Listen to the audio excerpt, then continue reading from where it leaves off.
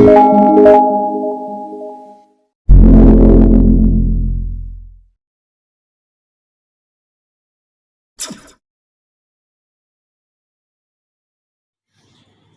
اور بیٹے اور روح القدس کے نام میں آمین۔ مسیح یسوع میں میرے عزیز بھائیوں اور بہنوں اور پیارے بچوں، آپ سب کو کراچی پاکستان سے شوکت بھٹی کا سلام و پیار پہنچے۔ آج کی انجیل مقدس کی تلاوت بمطابق مقدس متی 11ویں باب کی 25ویں تا 30ویں آیت سے پڑھی اور سنی گئی۔ آج کی تلاوت کے 2 حصے ہیں۔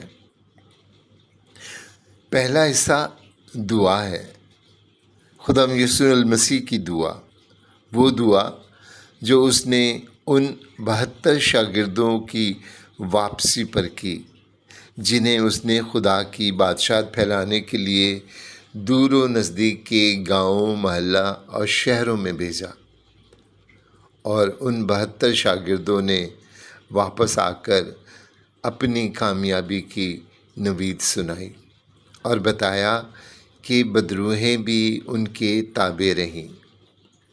یوں خدا یسوع المسیح نے خدا کی حمد و ستائش کی اور خدا کا شکر ادا کیا۔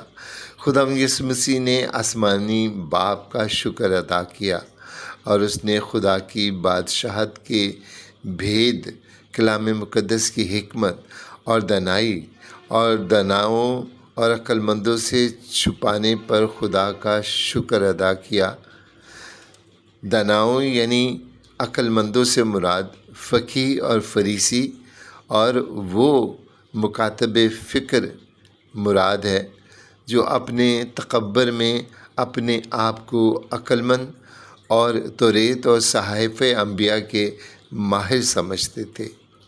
فقیہ اور فریسی اور بلیل اور شمائی کے مکاتب فکر جو ہر سال فسح کے کھانے پر تالیاں بجاتے اور کہتے تھے کہ ہم سب عقل مند ہیں، ہم سب سمجھدار ہیں، ہم سب قانون کو بہتر طور پر سمجھتے ہیں، جب کہ خدا یسوع المسیح نے جن 12 شاگردوں اور جن 72 شاگردوں کو چنا وہ عام اور سادہ لوگ تھے،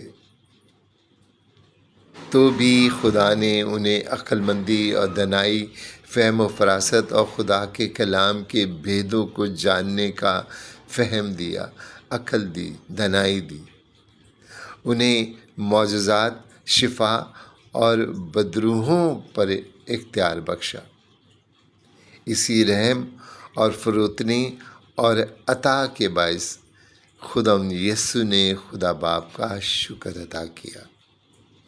میرے عزیزو، خدا یسوع المسیح کی یہ دعا ہمیں سکھاتی ہے کہ ہم اپنے خدا کو اپنا خالق مانیں اور دی گئی ہوئی نعمتوں، برکتوں، بخششوں اور فضائل کا دل سے خدا کا شکر ادا کرتے رہیں۔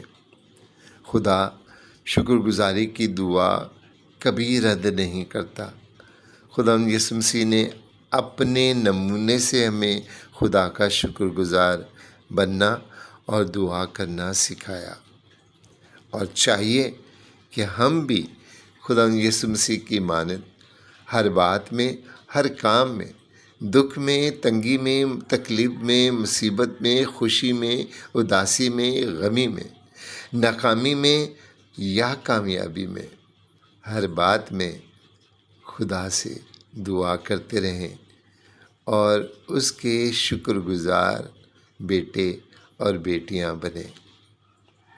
میرے عزیزو، آج کی تلاوت کا پہلا حصہ دعا کے اختتام پر ختم ہوتا ہے، اور دوسرے حصے میں خدا یسوع المسیح بھیڑ سے خطاب کرنے کے لیے مڑا اور کہا، اے سب تھکے ماندو اور بوجھ تلے دبے ہوئے میرے پاس آؤ، میرے پاس آؤ، میں تمہیں آرام دوں گا۔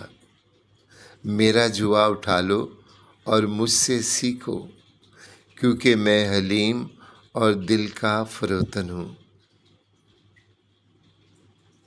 تو تم اپنی جانوں کے لیے آرام پاؤ گے۔ کیوں؟ کیونکہ میرا جوا نرم اور میرا بوجھ ہلکا ہے۔ میرے عزیزو، خدا یسوع مسیح کے یہ الفاظ راحت بخش ہیں، امید ہے، بھروسہ ہے، ایمان ہے اور یقین مستحکم ہے۔ یہ الفاظ سن کر کتنے گناہ گاروں کے دل خوشی سے بھر گئے ہوں گے۔ زندگی سے مایوس لوگوں کو زندگی ملی ہوگی، سماج، گھر اور پیاروں سے ٹھکرائے ہوئوں کو ایک آسرا ملا ہوگا۔ میرے پاس آؤ، کیونکہ میں حلیم اور دل کا فروتن ہوں۔ کتنے خوبصورت الفاظ ہیں، کتنا دلاسا دیتے ہیں، کتنا پیار، کتنی محبت کا یقین دلاتے ہیں۔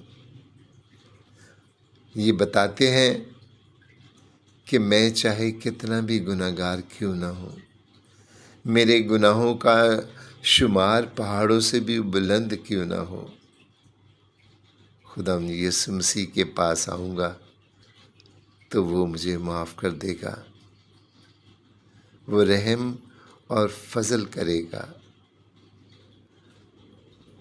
کیونکہ اس کا بوجھ ہلکا ہے۔ اور اس کا بوجھ صرف یہ ہے، یعنی اس نے ایک ہی حکم دیا کہ ایک دوسرے سے پیار کرو جیسا میں نے تم سے پیار کیا۔ میرے عزیزو،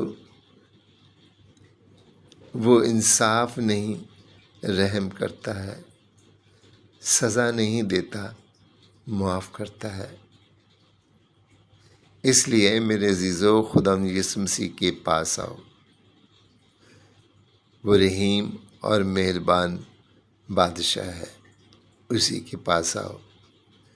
اسی کے متعلق زکریا نبی نے پیشن گوئی کی تھی اور کہا تھا، اے بیٹی صہیون، تو نہایت شادمان ہو، اے بیٹی یروشلم خوشی سے للکار، دیکھ تیرا بادشاہ تیرے پاس آتا ہے، وہ صادق اور مخلص ہے، وہ حلیم ہے۔